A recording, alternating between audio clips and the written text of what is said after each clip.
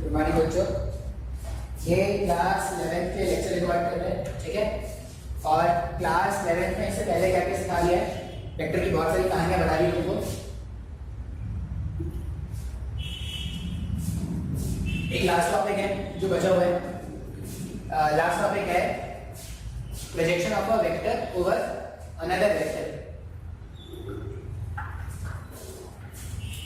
आसान है, एक फॉर्मूला डेराइव करूंगा मैं यहाँ पर, लेकिन तुमको फॉर्मूला का डेरिवेशन नहीं याद रखना है, तुमको बस फॉर्मूला याद रखना है, ठीक है। जैसे शायद इससे पहले वाले लेक्चर मैंने स्टार्ट भी किया था, देख लेते दोबारा से। मान लीजिए वेक्टर ए है और ये एंगल है थीटा, ये एक्स एक्सिस है और ये वाई एक्सिस है।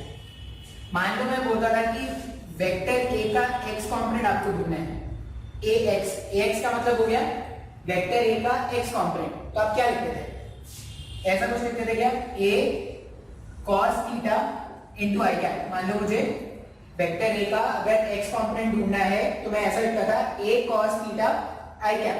अच्छा, अब यहां पर क्या है, मैंने आपको ये बताया था कि जिसके साथ भी एंगल बनता है वहां पे cos कंपोनेंट जाता है, और जिसके साथ एंगल नहीं बनता वहां पे क्या होता है, sin कंपोनेंट जाता है, ठीक है। तो x का कंपोनेंट क्या लिखते हैं, जो भी वेक्टर है जिसका कंपोनेंट, जो वेक्टर जिसको रिजॉल्व कर रहे हैं उसका मैग्नीट्यूड cos थीटा और जिसके अलोंग रिजॉल्व करे उसका डायरेक्शन। जैसे x एक्सिस के अलोंग अगर रिजॉल्व करना होता था तो ये i कैप क्या है, x एक्सिस का डायरेक्शन है क्या। अब इसको क्यों बताया सर, ये हम जानते ही थे। अब क्वेश्चन ऐसा आएगा, मान लो ये वेक्टर a है, ये वेक्टर b है, ठीक है, वेक्टर ए वेक्टर बी, और ये मान लो कुछ तो एंगल थीटा है। क्वेश्चन में आपसे बोला गया है फाइंड द कंपोनेंट या find the projection of vector a towards vector b. Find the projection of vector a towards vector b. Vector a का प्रोजेक्शन अपने को निकालना है बी वेक्टर की तरफ। अब इसको रेफरेंस मान के क्या करते हैं, उसको लिखना स्टार्ट करते हैं। यहां पर ए वेक्टर का कंपोनेंट एक्स एक्सिस की तरफ चाहिए था, जिसका कंपोनेंट चाहिए था उसका मैग्नीट्यूड। कंपोनेंट किसका चाहिए, ए वेक्टर का प्रोजेक्शन है, प्रोजेक्शन मतलब कंपोनेंट, ठीक है। ए वेक्टर का प्रोजेक्शन चाहिए बी वेक्टर पर, मतलब यहां पर ए का मैग्नीट्यूड लिख देंगे, जिसका प्रोजेक्शन चाहिए था उसका मैग्नीट्यूड, फिर cos थीटा यहां पे भी लिख दो cos थीटा, और जिस डायरेक्शन में आपको प्रोजेक्शन चाहिए, जैसे x एक्सिस के अलोंग अगर आपको प्रोजेक्शन चाहिए होता था तो x के अलोंग का जो यूनिट वेक्टर है, x के अलोंग का जो डायरेक्शन है वो लिख देते थे। तो यहां पर i कैप लिखा था, अभी b वेक्टर के अलोंग चाहिए तो b कैप लिख देंगे। क्या सर नहीं आया समझ में मुझे, ये मैंने क्या बोला, इसको रेफरेंस मान के वो फॉर्मूला बना दिया। यहां पर a वेक्टर का प्रोजेक्शन ढूंढना होता था x एक्सिस में, तो a cos theta i cap ऐसा ही लिखते थे ना। अब यहां पर जिसका प्रोजेक्शन ढूंढना था उसका मैग्नीट्यूड cos थीटा और i कैप मतलब जिस डायरेक्शन में आपको प्रोजेक्शन ढूंढना है उसके तरफ का यूनिट वेक्टर। तो i कैप यहां पर यूनिट वेक्टर है, x एक्सिस के तरफ का मैंने लिखा था a cos theta i cap, मैंने इस तरह से लिख दिया। अब यहां पर अगर देखोगे तो इसको अगर मैं एग्जांपल मानूं, मुझे a वेक्टर का प्रोजेक्शन चाहिए b वेक्टर के अलावा, अगर a वेक्टर का प्रोजेक्शन b वेक्टर के अलोंग चाहिए तो यहां पे क्या लिखेंगे, a जिसका प्रोजेक्शन चाहिए उसका मैग्नीट्यूड, इन दोनों के बीच का एंगल का cos थीटा, और जिसके अलोंग चाहिए उसका डायरेक्शन, ऐसे ही लिखना है क्या। अब ये फॉर्मूला याद नहीं रखना है, क्या याद रखना है वो देखो। मैं cos थीटा को मैं ये जानता हूं क्या, a vector dot b vector, ये क्या होता है, a into b cos theta होता है। यहां से अगर मैं cos थीटा का वैल्यू देखो, फिर से डेरिवेशन में करा रहा हूं लेकिन डेरिवेशन तुम्हारे काम का नहीं है, तुमको बस एंड रिजल्ट याद रखना है। cos थीटा को तुम क्या लिख सकते हो, a vector dot b vector divided by magnitude of a and magnitude of b, ऐसा कुछ लिखा जा सकता है क्या, a vector dot b vector divided by magnitude of a and magnitude of b, इस तरह से मैंने लिख दिया। अब क्या करते हैं, इसको सिंपलीफाई करते हैं और थोड़ा। अब अगर इसको सिंपलीफाई करोगे तो मुझे फाइंड करना है, मैं क्या ढूंढ रहा हूं, प्रोजेक्शन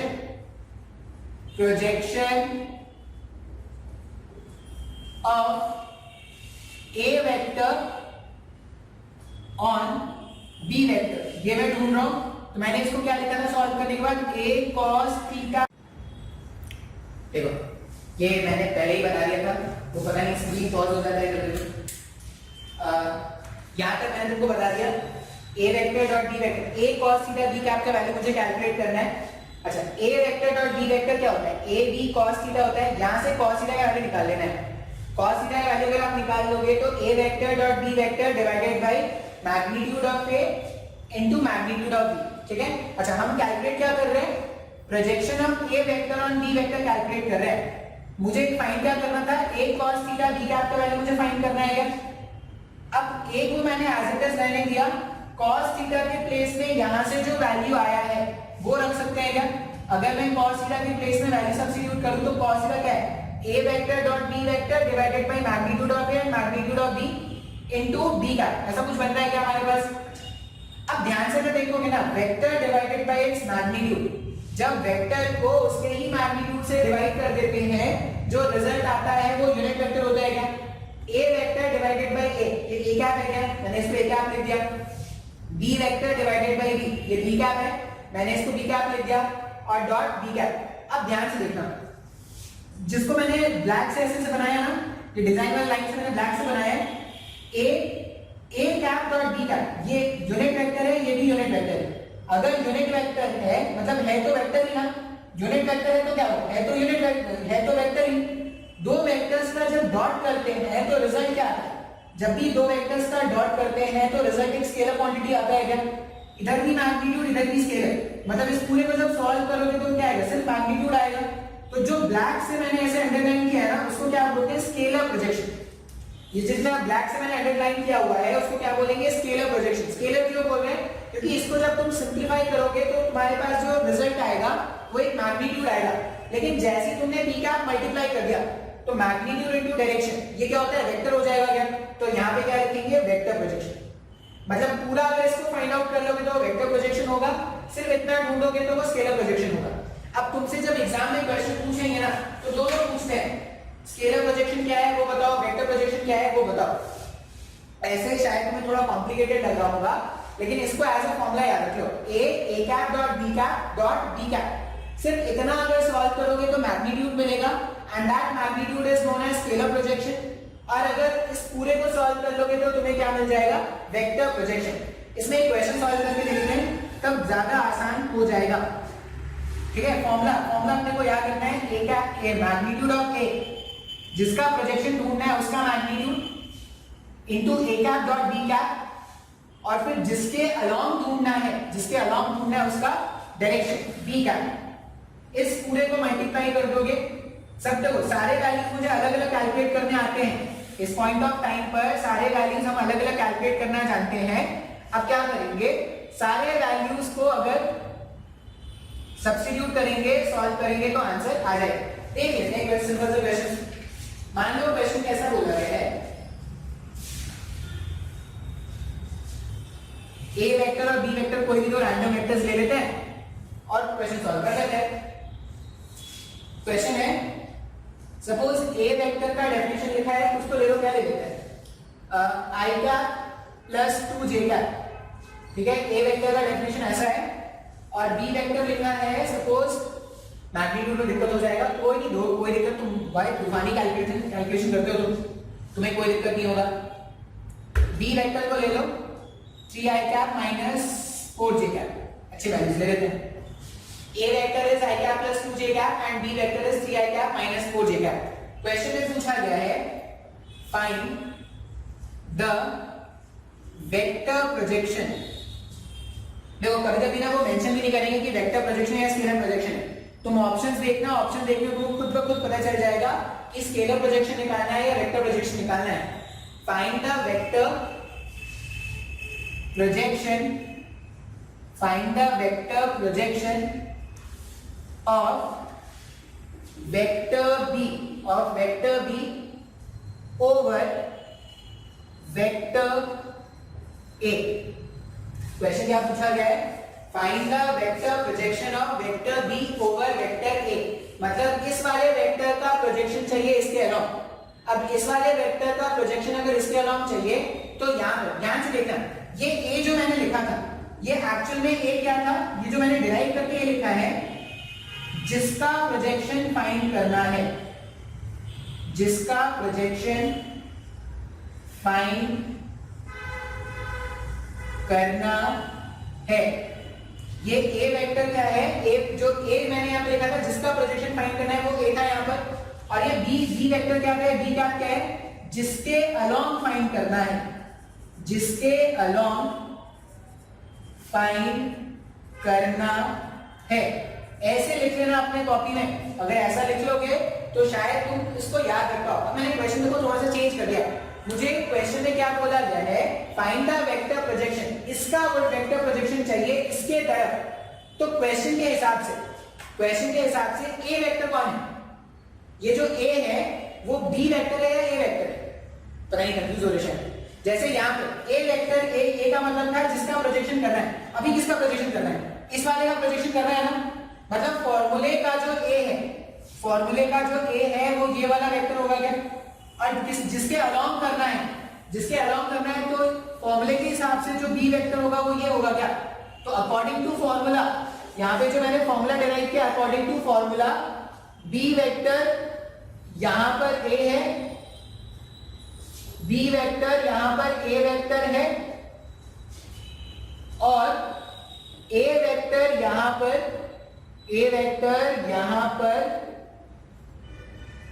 बी वेक्टर है। सर मेरे को नहीं समझ में आ रहा है सर फालतू कंफ्यूजन हो रहा है सर, ध्यान से सोचो भाई साहब, ये फॉर्मूला याद रखना है तुमको। फॉर्मूला क्या याद रखना है, ए ब्रैकेट में ए कैप डॉट बी कैप, फिर ब्रैकेट में बी कैप। अब यहां पर ए क्या है, जिसका प्रोजेक्शन निकालोगे वो ए वेक्टर है, और जिसके तरफ निकालोगे वो बी वेक्टर है। ऐसा ही क्वेश्चन में गिवन है क्या।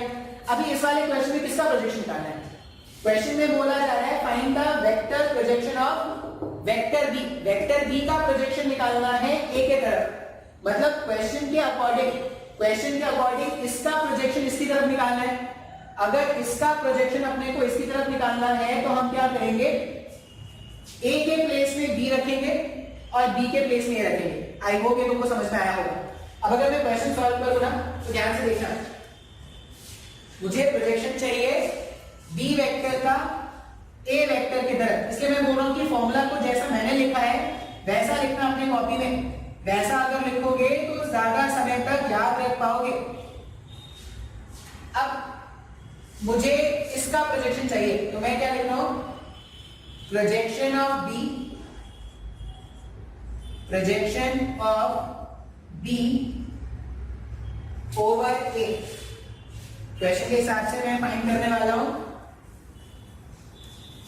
Projection of b over a. B का प्रोजेक्शन चाहिए ए पर, उसके लिए क्या लिखेंगे, जिसका प्रोजेक्शन चाहिए उसका मैग्नीट्यूड।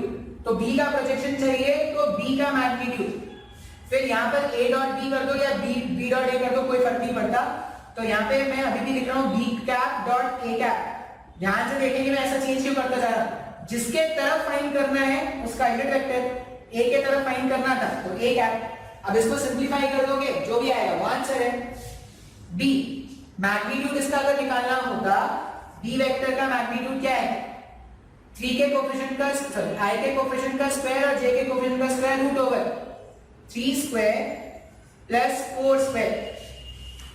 बी कैप, अगर बी कैप ढूंढ रहे मतलब इसका यूनिट वेक्टर ढूंढ रहे हैं, कैसे लिखेंगे, vector divided bye its own magnitude, vector divided bye its own magnitude. 3 और 4 इसका मैग्नीट्यूड क्या आ रहा है, 5 आ रहा है क्या, यही तो मैग्नीट्यूड यहां पे भी फाइंड किया था ना।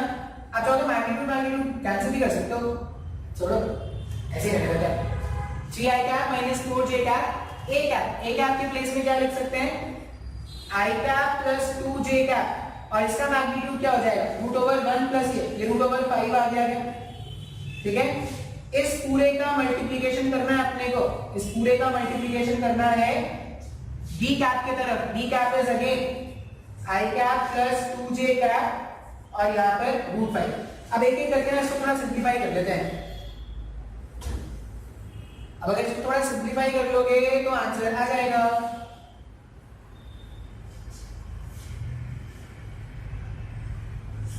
जा यार,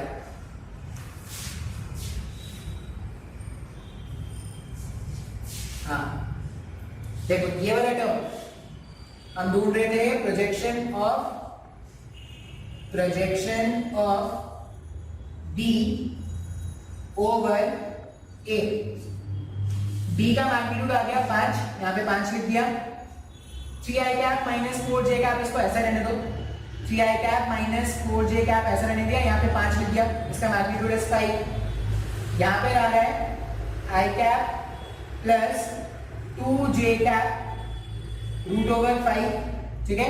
और इस पूरे को सॉल्व करने के बाद डॉट करना है अपने को i cap plus 2j cap root over 5 से।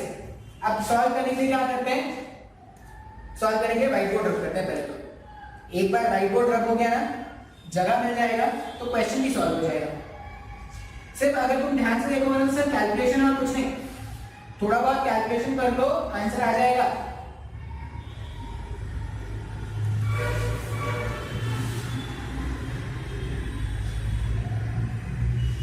तो ये व्हाइट बोर्ड रख करना बहुत मुश्किल है काम यार। ये 5 से ये 5 कैंसिल कर दो, इन दोनों का डॉट करते हैं। i का मल्टीप्लिकेशन i के साथ, तो पहला टर्म हो जाएगा 3, j का मल्टीप्लिकेशन j के साथ, दूसरा टर्म हो गया -8 डिवाइडेड बाय रूट ओवर 5, और बाहर में क्या बैठा है, बाहर में बैठा है i cap plus 2j cap root over 5। लिख सकते हैं क्या ऐसा? तो अच्छा वैल्यू आ गया। 3 माइनस 8 कितना हो गया? 3 माइनस 8 हो जाएगा -5, रूट 5 हो गया क्या, -5/5 i cap plus 2j cap. Solve करोगे तो ये और ये कैंसिल हो जाएगा, -1। तो रिक्वायर्ड आंसर क्या हो जाएगा, -i cap minus 2j cap. ये रिक्वायर्ड आंसर है। Vector projection of vector b over vector a. आसान था क्या? हाँ या ना? बात समझ में आ रहा है? मान लो इसी क्वेश्चन में मैं पूछता तुमसे, ये जो क्वेश्चन है इसी क्वेश्चन में पूछता, find the vector projection of vector a over vector b. मैं क्वेश्चन को जस्ट रिवर्स कर दूं, अगर फाइंड द, ये स्क्रीन पॉज कर लेना, नहीं समझ में आया 10 बार देखना, इसको 10 बार देखना, जब तक नहीं समझ में आया, जब तक नहीं समझ में आया तब तक देख रहे हैं, समझेंगे नहीं, छोड़ेंगे नहीं, देखते रहेंगे, ध्यान से देखिए, देखते रहना है। अगर ये समझ में आ गया है तो नेक्स्ट क्वेश्चन खुद से ट्राई करो। नेक्स्ट क्वेश्चन क्या बोल रहा हूं मैं, फाइंड द वेक्टर प्रोजेक्शन या find the projection, vector projection कुछ भी लिखा मिल सकता है।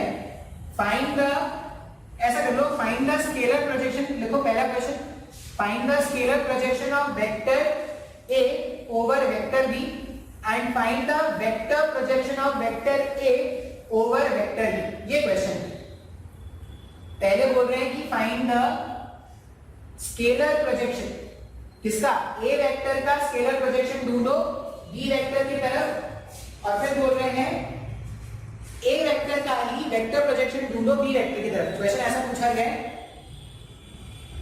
Find the scalar and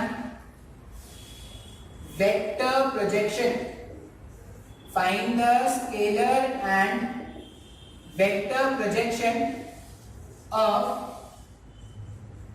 vector a over vector b. ठीक है, अच्छा अब ये तुम पहले खुद से ट्राई करो भाई सॉल्व करने का। स्क्रीन को करेंगे पॉज, खुद से करेंगे सॉल्व। नहीं समझ में आएगा तो मैं बताऊंगा अगर नहीं समझ में आया तो, लेकिन खुद से सॉल्व करना इज वेरी मच इंपॉर्टेंट। अगर आप खुद से नहीं सॉल्व करते तो कभी भी फिजिक्स नहीं सीख पाओगे। ये हिस्ट्री, सिविक्स, ज्योग्राफी, बायो नहीं है कि पढ़ लिया हो गया। यहाँ पे क्वेश्चन सॉल्व करना पड़ता है भाई, ये दिमाग वाला सब्जेक्ट है, ठीक है। हमेशा याद रखना, physics is a royal subject, और रॉयल सब्जेक्ट वही सीख पाएंगे जो अपना दिमाग लगाएंगे। एक तो कचरे वाले सब्जेक्ट बहुत मार्केट में भरे पड़े हैं, भर के कचरा भरा पड़ा है मार्केट में। अगर तुमको फिजिक्स सीखना है तो तुम्हें रॉयल्टी होनी चाहिए, मतलब तुम रॉयल्टी इन द सेंस, देखो रॉयल्टी ये नहीं अमीर होना, इट इज नॉट रॉयल। दिमाग से कितने अमीर हो, दैट इज रॉयल्टी। गरीब लोग कभी फिजिक्स नहीं सीख पाते, और मेरे लिए गरीबी का मतलब है जो अपना कभी दिमाग नहीं लगा रहे ना, वो गरीब है मेरे लिए बेचारे।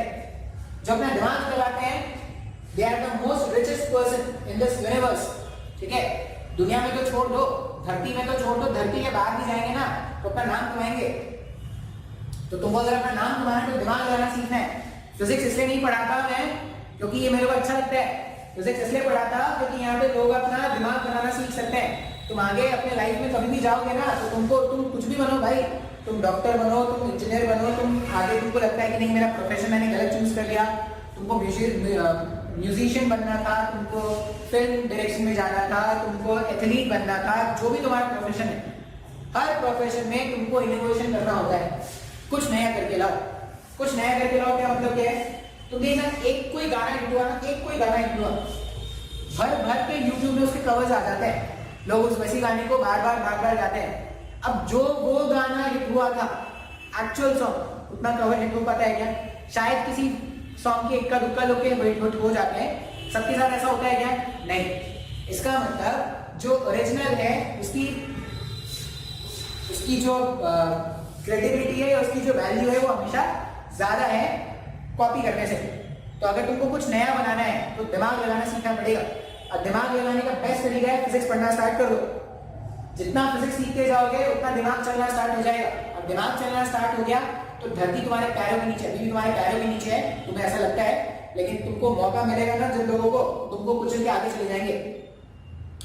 अपना प्रूफ मतलब अपना वर्क तुम तभी प्रूफ कर पाओगे जब तुमने दिमाग लगाना सीख लिया है। ठीक है, दिमाग जो है इसको कचरा मत होने देना, बहुत काम की चीज है। तुम तो बायो वाले हैं भाई, तुम तो जानते भी होंगे हमारे जो ब्रेन सेल्स हैं न्यूरॉन से बने हुए हैं, और एक न्यूरॉन की कैपेसिटी है 10 GB। एक न्यूरॉन जो है वो 10 GB का डेटा स्टोर कर सकता है। ठीक है, और ऐसे ऐसे भर भर के न्यूरॉन्स है। अब तुम सोच लो इतना GB का तुम्हारा ब्रेन है और तुमने स्टोर करके क्या रखा है? तो फालतू की बातें, फालतू की बातें। कल इससे लड़ना है, आज राम मंदिर में अयोध्या बन रहा है, अयोध्या में राम मंदिर बन रहा है, उसको गाली देना है, इसे ये करना है, वो करना है, तुम ये सब बेकार बेकार की बातें। और वो और कौन करते हैं? वो न्यूज वाले, रफेल रफेल रफेल रफेल। अरे खुद से बना लिया होता ना तो इतना तारीफ करते तो सही था भाई। खरीद के लाया है बाहर के मार्केट से, इतना ये कर रहे हैं। अरे हम खरीद सकते हैं, कोई दूसरा कंट्री भी तो खरीद सकता है। पता नहीं इतना क्यों उसके लिए हाइप कर रहे हैं, रफेल रफेल रफेल। और रफेल से पहले क्या हम ये थे क्या? रफेल से पहले भी हम 3rd नंबर पे आते थे एयरफोर्स में, 3rd या 2nd नंबर पे आते थे। तो न्यूज चैनल वाले भर भर के कचरा करते हैं, वो कचरा होते जा रहा है। जिनको भी ये लगता है कि उनका धर्म सबसे ऊपर है, वो सबसे बेवकूफ है। सबसे ऊपर इंसान है। ठीक है, अगर इंसान नहीं होता तो धर्म भी नहीं होता। तो बेकार के झंझटों से ऊपर उठेंगे, क्या कर रहे हैं? हाँ, ये क्वेश्चन सॉल्व करना है। अभी किसका प्रोजेक्शन चाहिए मेरे को? ए का प्रोजेक्शन चाहिए बी की तरफ। तो मैं लिख देता हूं, पहले लिख रहा हूं मैं scalar projection. Scalar projection, scalar projection में क्या लिखेंगे? जिसका प्रोजेक्शन ढूंढना होता है उसका magnitude a cap dot b cap. सिर्फ इतना सॉल्व करेंगे, वही मेरा स्केलर प्रोजेक्शन है। क्या वैल्यूज पुट कर दो। वेक्टर ए का मैग्नीट्यूड कितना आया था? वेक्टर ए का मैग्नीट्यूड √5 आया था। क्या ए कैप में क्या लिख देंगे? I cap plus 2j cap divided by √5। B cap के प्लेस में क्या लिखेंगे? 3i cap minus 4j cap divided by 5। ये √5 को √5 से गायब कर दो, इन दोनों का डॉट कर लो। i का मल्टीप्लिकेशन i के साथ 3 into i, ये क्या हो गया? 3 माइनस 4 into 2 कितना आ जाएगा? 8। ठीक है, डिवाइडेड बाय 5। तो क्या आया वैल्यू? -1 का आ गया। 3 माइनस 8 5 हो गया, 5 डिवाइडेड हो गया -1। स्केलर प्रोजेक्शन का वैल्यू कितना आ रहा है? -1। मान लो कोई मुझसे बोलता है कि भाई वेक्टर प्रोजेक्शन की ढूंढ लो लगे यहाँ, तो वेक्टर प्रोजेक्शन में क्या लिखेंगे? इतना तो मैंने सॉल्व कर ही लिया है। ए कैप डॉट बी कैप। अब किसके तरफ वेक्टर प्रोजेक्शन ढूंढ रहे हैं? बी कैप की तरफ ढूंढ रहे हैं। तो यहाँ पे यूनिट वेक्टर लगा दो बी कैप का, तो यहाँ पे मैं मल्टीप्लाई करूंगा बी कैप। ये पूरे का वैल्यू मैंने -1 फाइंड किया है, और बी कैप क्या हो जाएगा? बी कैप का वैल्यू हो जाएगा 3i cap minus 4j cap. Solve करोगे ना तो -3i cap plus 4j cap. चलिए, तो बहुत ही आसान है सर। अगर मेरे को फॉर्मूला याद है सर तो ये तो बहुत ही आसान है, मैं सॉल्व कर लूंगा। इतना कोई मुश्किल नहीं होगा सर सॉल्व करने में। स्क्रीन पॉज करेंगे और नोट कर लेंगे। कुछ छोटे छोटे टॉपिक और है, ठीक है, खत्म कर देता हूं। components of a vector in space। components of a vector in space। अब जितना मैं बोल दूंगा उतना याद रखना इसको, इससे ज्यादा दिमाग नहीं लगाना इसमें। कंपोनेंट्स ऑफ वेक्टर है ना स्पेस। अच्छा, जब वेक्टर को प्लेन में रिजॉल्व करते थे, जब कोई वेक्टर होता था ये वेक्टर और इसको आपने प्लेन में अगर रिजॉल्व किया था, मैं क्या बोलता था कि जिसके साथ एंगल बनता है वहां पे कॉस कंपोनेंट लगा दो, a cos थीटा आई क्या, और जिसके साथ एंगल नहीं बनता था वहां पर a sin theta sine component लगा दो। ऐसा मैं बोलता था क्या? हाँ यार। अब एक और चीज देखते हैं, अगर ये एंगल थीटा है, अगर ये एंगल थीटा है तो ये एंगल कितना होगा? ये थीटा, तो ये 90 माइनस थीटा है क्या? हाँ या ना? तो अगर मैं इस एंगल के टर्म्स में कंपोनेंट लिख सकता हूं तो इस एंगल के टर्म्स में भी लिख सकता हूं। जैसे अगर मुझे 90 माइनस थीटा के टर्म्स में इसका कंपोनेंट लिखना होगा तो इधर क्या लिखते हैं? जिसके साथ एंगल बना है वहां पे cos कंपोनेंट जाता है क्या? a cos 90 minus theta j cap, और जिसके साथ एंगल नहीं बनता वहां पे साइन कंपोनेंट लगा के a sin 90 minus theta i cap लिख सकते हैं क्या ऐसा? अब तुमने अपने लोअर क्लासेस में पढ़ा होगा, लोअर क्लासेस में क्या पढ़ा होगा कि sin 90 माइनस थीटा 10 पास करके आए हो, चोरी चला किसको नहीं आना 10 पास करके, या कोरोना में सब पास, तुम भी पास हो गए। sin 90 minus theta, sin 90 minus theta क्या हो जाएगा? cos theta. सही तो पढ़ा है, बचपन में पढ़ाया था सबको, एलकेजी में सीधा यही पढ़ाया था हमने। और ये भी पढ़ा होगा cos 90 माइनस थीटा जो है वो sin थीटा लिखते हैं क्या? ये दोनों आपने क्लास 9 या 10 में पढ़ा होगा मैथ्स में। अब अगर ये sin 90 माइनस थीटा है, यहाँ पे ये sin 90 माइनस थीटा को मैं cos थीटा से रिप्लेस कर दूं तो a cos theta i cap, cos 90 minus theta को अगर sin थीटा से रिप्लेस कर दूं तो a sin theta j cap. अरे वाह, इसका मतलब इसके टर्म थीटा के टर्म में रिजॉल्व करो या 90 माइनस थीटा के टर्म में रिजॉल्व करो, कंपोनेंट्स का वैल्यू वही आ रहा है क्या? a sin थीटा यहाँ पे भी आया था, यहाँ पे भी a cos थीटा आ रहा है, हाँ या ना? तो जब भी आपने प्लेन में रिजॉल्व किया था ना, जब आपने प्लेन में रिजॉल्व किया था तो मैंने आपको बस क्या बोल दिया था याद कर लेने को कि जिसके साथ एंगल बन रहा है वहां पर लगा देना cos कंपोनेंट, और जिसके साथ एंगल नहीं बन रहा वहां पे लगा देना sin कंपोनेंट। मैंने तुमको ऐसा बोला था, वहां पे तुम याद कर लेना, ठीक है? अब मान लो एक वेक्टर जो है वो प्लेन में नहीं, वो स्पेस में, स्पेस में मतलब धरती से बाहर नहीं चला गया, स्पेस मतलब थ्री डायमेंशन में। मान लो एक वेक्टर है, एक वेक्टर है ऐसा, ये x एक्सिस, ये y एक्सिस और ये z एक्सिस, और ये जो वेक्टर है ना, ये वेक्टर क्या है? 3 डायमेंशन में। अब ये अगर 3 डायमेंशन में है, मान लो वेक्टर है ऐसा है कुछ। अब यहाँ पे ऐसा बोला गया है कि वेक्टर a ने x एक्सिस के साथ कुछ तो अल्फा एंगल फॉर्म किया है।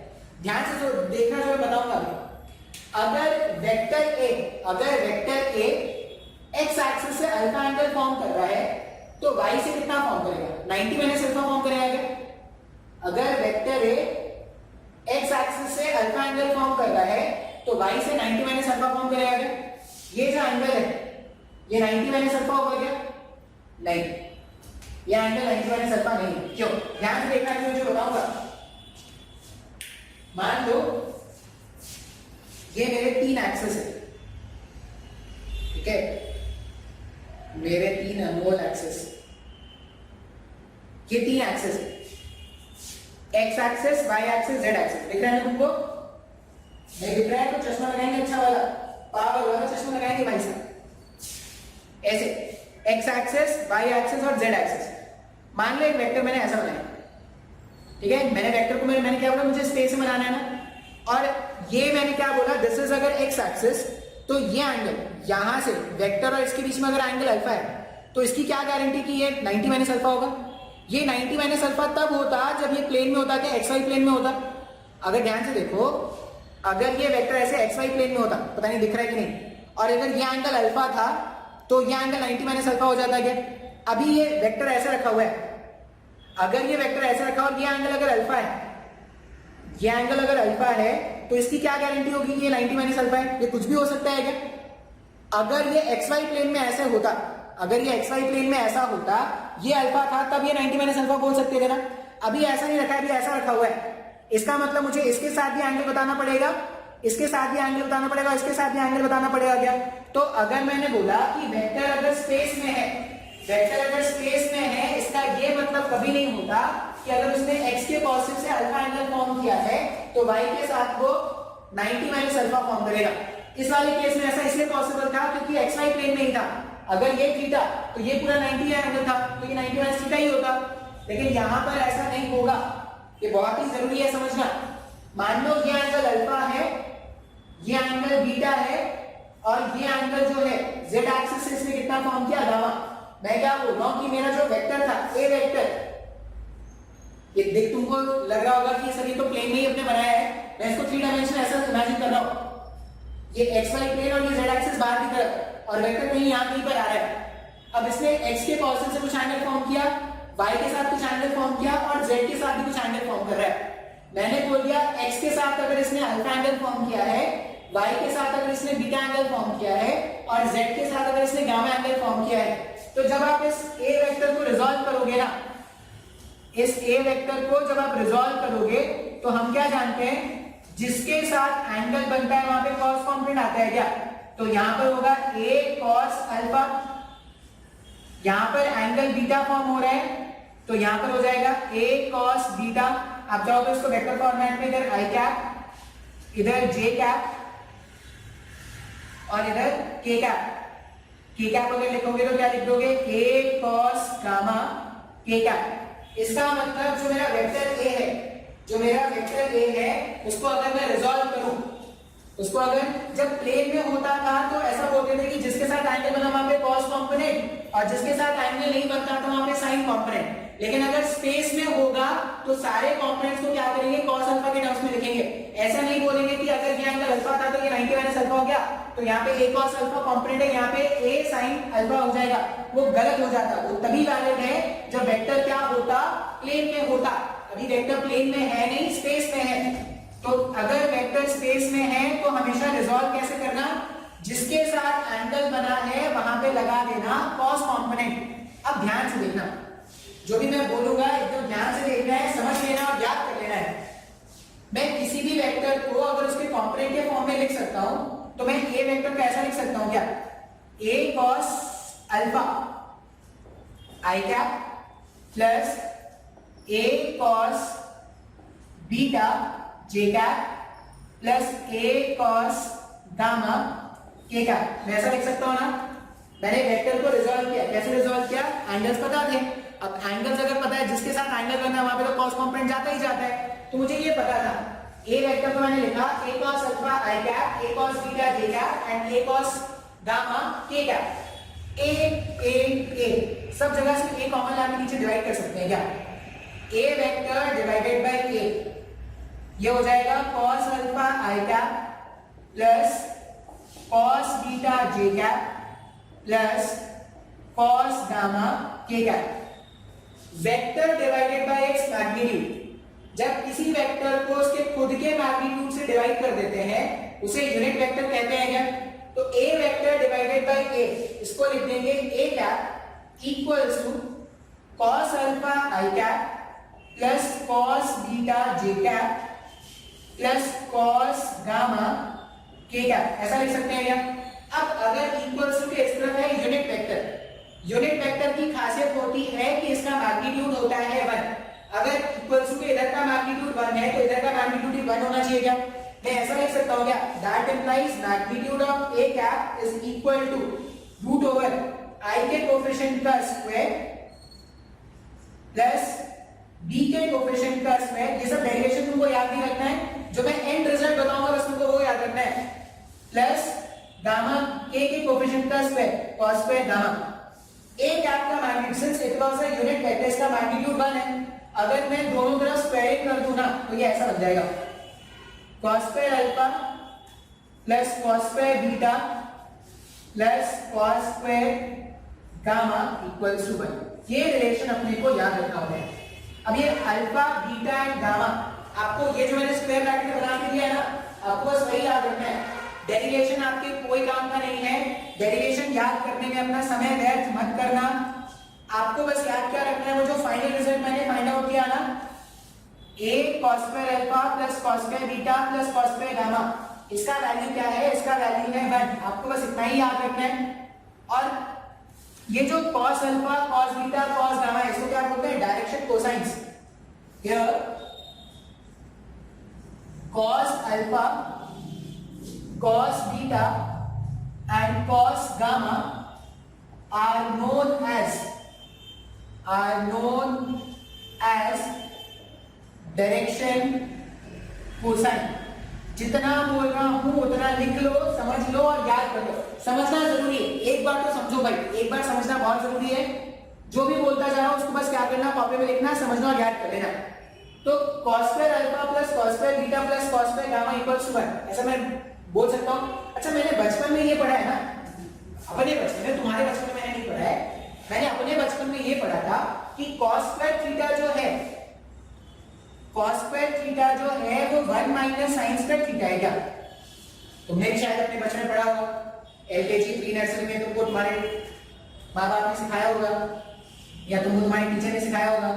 वो जो स्कूल वाले टीचर होते हैं जो पढ़ाते कम है और नाक साफ करना, बाल साफ करना, ये सब बच्चों का हैंडल करते हैं, उसने तुमको पढ़ाया होगा शायद। cos स्क्वायर अल्फा के प्लेस में मैं ये लिख सकता हूं क्या, 1 minus sin square alpha, cos square beta 1 minus sin square beta, cos square gamma 1 minus sin square gamma equals to 1, ऐसा लिखा जा सकता है। sin square alpha, sin square beta, sin square gamma को उधर भेज दो, 1 को इधर भेज दो।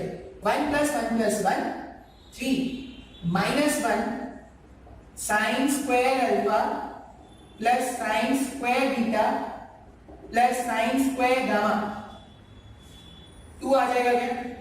sin square alpha plus sin square beta plus sin square gamma equals to, या तो आप ये रिलेशन याद रखो, sin square alpha plus sin square beta plus sin square gamma equals to 2, या आप ये रिलेशन याद रखो, cos square alpha plus cos square beta plus cos square gamma. मैंने अभी तुमको जो 10 मिनट में बताया है ना, उसमें बस तुमको ये दोनों एंड रिजल्ट याद रखना है। अब क्वेश्चन कैसा पूछते हैं? क्वेश्चन ये पूछेंगे कि मान लो अल्फा और बीटा के बारे में मैंने तुमको बता दिया, मैंने बता दिया कि अल्फा और बीटा ये है और गामा मैंने पूछ लिया। क्वेश्चन क्या हो सकता है इसमें? एक सिंपल सा क्वेश्चन अगर देखा जाए, मान लो ऐसा बोल रहे हैं कि ये वेक्टर है, क्वेश्चन में क्या बोल रहे हैं, वो क्या बोल रहे हैं, if alpha equals to 45 degree, beta equals to 60 degree, find gamma. पहला क्वेश्चन क्या बोल रहे हैं कि अगर अल्फा का मान, अगर अल्फा का वैल्यू इज 45 डिग्री, बीटा का वैल्यू है 60 degree, then find the value of gamma. Gamma है, गामा है। अब अगर मुझे गामा का वैल्यू कैलकुलेट करना है तो या तो मैं ये रिजल्ट यूज कर सकता हूं या मैं वो रिजल्ट यूज कर सकता हूं। Using either of the result will get the required answer. ठीक है, तो मैं जो ज्यादा बेसिक है उसी को यूज कर लेता हूं। अगर मैं इसको सिंप्लीफाई करूं ना, देखो हम क्या जानते हैं, cos square alpha, cos square 45 plus cos square 60 plus cos square gamma 1 लिख सकते हैं। cos 45 का वैल्यू इज 1/√2 और इसका होल स्क्वायर चढ़ा दो। cos स्क्वायर 60 1/2 होल स्क्वायर चढ़ा दो। cos square gamma equals to 1। 1/2 का √2 का स्क्वायर हो जाएगा 1/2 plus 1/4 plus cos square gamma equals to 1। 1/2 plus 1/4 ये 3/4 हो रहा है क्या? तो यहाँ पे क्या हो सकता है, cos square gamma equals to 1 minus 3 divided by 4। सही लिखा ना? तो cos square gamma equals to 1 divided by 4, इसका मतलब cos gamma is plus minus 1/√2। अब इसके यहीं तक सॉल्व करके छोड़ देना। इसके बाद एंगल्स कैसे ढूंढते हैं जब आगे बेसिक क्लासेस ऑफ मैथमेटिक्स में सीखेंगे तब सॉल्व करेंगे। आई होप ये क्वेश्चन तुमको समझ में आया होगा। अब तुमको याद क्या क्या रखना है, तुमको याद ये रखना है कि cos square alpha plus cos square beta plus cos square gamma जो है वो क्या है, 1 है, ठीक है, ये याद रखना है। पहला क्वेश्चन तुमको इस तरह का मिल सकता है, और भी एक क्वेश्चन होता है, वो भी देख लेते हैं। स्क्रीन पॉज करते हैं, एक लास्ट क्वेश्चन देखते हैं क्या है। क्वेश्चन ऐसा लिखना है कि vector p equals to 2i cap minus 7j cap plus 4k cap, ठीक है। कोई वेक्टर गिवन है, vector p minus 2i cap minus 7j cap plus 4k cap, then find the direction cosine, find the direction cosines of vector p, ठीक है। ये question, एक कोई vector दे रखा है और बोला गया है इसके डायरेक्शन कोसाइंस आपको क्या करने हैं, ढूंढने हैं। अब हम क्या जानते हैं, अगर ये p वेक्टर ऐसा लिखा है, अगर ये p वेक्टर ऐसा लिखा है, मतलब ये p वेक्टर का x कंपोनेंट होगा, px i कैप, यहाँ पे p वेक्टर का y कंपोनेंट होगा, और ये p वेक्टर का z कंपोनेंट होगा। ऐसा ही कुछ लिख सकते हैं क्या? तो यहाँ पर अगर देखोगे तो px का वैल्यू कितना है 2, py का वैल्यू कितना है, py का वैल्यू है -7, और pz का वैल्यू क्या है, pz का वैल्यू है 4। px का मतलब क्या है, p times of cos alpha, px का value p times of cos alpha है क्या? अगर तुमको डायरेक्शन कोसाइन याद है तो cos अल्फा एंगल मैंने लिया था x एक्सिस के साथ, p cos अल्फा यहाँ पर 2 है, अगर इसका मतलब मुझे cos अल्फा ढूंढना है, तो cos अल्फा क्या लिखेंगे, 2 डिवाइडेड बाय p, यही लिखेंगे क्या? p क्या है, जो भी गिवन वेक्टर्स का मैग्नीट्यूड इज p, तो यहाँ पर अगर मैं cos अल्फा ढूंढूं तो cos अल्फा हो जाएगा 2 divided by root over of, इसका मैग्नीट्यूड क्या लिखोगे, 2 का स्क्वायर प्लस 7 का स्क्वायर प्लस 4 का स्क्वायर। सॉल्व करने पर ये जो cos अल्फा है वो 2 डिवाइडेड बाय 2 का स्क्वायर कितना 4 और ये 4 का स्क्वायर इज 16 प्लस 4 इज 20, 7 का स्क्वायर इज 49, रूट ओवर 69 बन रहा है क्या ये? तो ये क्या हो जाएगा, cos अल्फा हो जाएगा root over of 2 divided by 69। ये cos अल्फा निकाल दिया, ये तो बहुत ही आसान है सर। अगर cos अल्फा निकाल दिया तो cos बीटा को क्या लिखेंगे, देखो cos अल्फा क्या आएगा, उसका x component divided by vector का मैग्नीट्यूड आएगा, तो cos बीटा क्या हो जाएगा, cos बीटा हो जाएगा उसका y कंपोनेंट, उसका y component divided by magnitude, magnitude कितना है रूट ओवर 69। उसी तरह cos गामा क्या लिखते, उसका z कंपोनेंट, उसका z component divided by magnitude. तो इस तरह से क्या करेंगे, डायरेक्शन कोसाइंस लिखेंगे। एक छोटा सा टॉपिक बच गया, एरिया ऑफ अ पैरेललोग्राम, किस तरह से area of a parallelogram calculate करेंगे यूजिंग वेक्टर क्रॉस प्रोडक्ट, वो बच गया। बाकी मैंने सब कुछ पढ़ा दिया है, सब पढ़ा दिया मैंने वेक्टर में, सब खत्म कर दिया। इस संडे को टेस्ट लूंगा, मैंने बता दिया है तुमको, और मोस्ट प्रोबेबली एक लाइव लेक्चर लूंगा मैं, आज देखता हूँ या कल देखता हूँ, मैं आपको इन्फॉर्म कर दूंगा, सुबह इन्फॉर्म कर दूंगा जब भी मैं लाइव लेक्चर ले पाऊंगा, ठीक है। इतना नोट कर लेना, वीडियोस को ध्यान से देखना है आपको और क्वेश्चन सॉल्व करना है। देखो ये मत सोचना कि अरे जब लॉकडाउन खुलेगा तब से क्या करेंगे, पढ़ना स्टार्ट करेंगे, या जब से क्लासेस रिज्यूम होगी तब से पढ़ना स्टार्ट करेंगे। तब से जब अगर पढ़ना स्टार्ट करो ना, बहुत डिले हो जाएगा, डिले हो जाएगा इन द सेंस, ऐसा ये मत सोचना कि जब से तुम्हारा कॉलेज खुलेगा तुमको उसके बाद से 1 साल मिलने वाला है 11th के लिए, नहीं। 11th का टॉपिक वो क्या करेंगे, गवर्नमेंट को अपना काम आसान करना है, तो वो कुछ चैप्टर्स हटा देंगे शायद, और वो बोलेंगे अब कंप्लीट करो, मतलब जो 1 महीने का, जो 1 साल का सिलेबस वो बोलेंगे 6 महीने में सिलेबस करो। तो वो उस समय बहुत फास्ट पढ़ाना पड़ेगा। अगर तुमने अभी से नहीं पढ़ना स्टार्ट किया तो थोड़ा पढ़ो। मुझे पता है कि तुम लोगों के साथ थोड़ा अन्याय हो गया, अन्याय इन द सेंस ऐसे हो गया कि तुमने 10th के बाद क्या प्लानिंग बना रखी थी कि इधर जाना है, उधर जाना है, इधर जाना है, धरती के अंदर जाना है, आसमान तोड़ के बाहर जाना है, कहाँ तुमने सोचा होगा जाने का, और तुम कहाँ रह गए, तो 4 कमरों के बीच नहीं, 4 दीवारों के बीच में फंस के रह गए। तुम कहीं आना ना हो पाया, कहीं जाना हो पाया, क्या तुमने अरमान लगाया होगा कि इसके घर जाना है, उसके घर जाना है, वो क्लास मेरी फर्स्ट क्लास की जो गर्लफ्रेंड थी उसके पास जाना है, मामी जी के पास जाना है, चाचा जी के पास जाना है, मेरे पड़ोस वाली जो आंटी है उसके घर में जो मेरी गर्लफ्रेंड है उसके पास जाना है, पता नहीं क्या क्या सोचा होगा तुमने, सारा तुम्हारा प्लान फेल हो गया। पढ़ लेते हैं, पढ़ाई is the most important thing that you can do in this lockdown period, ठीक है? इतना ही कर देते हैं आज।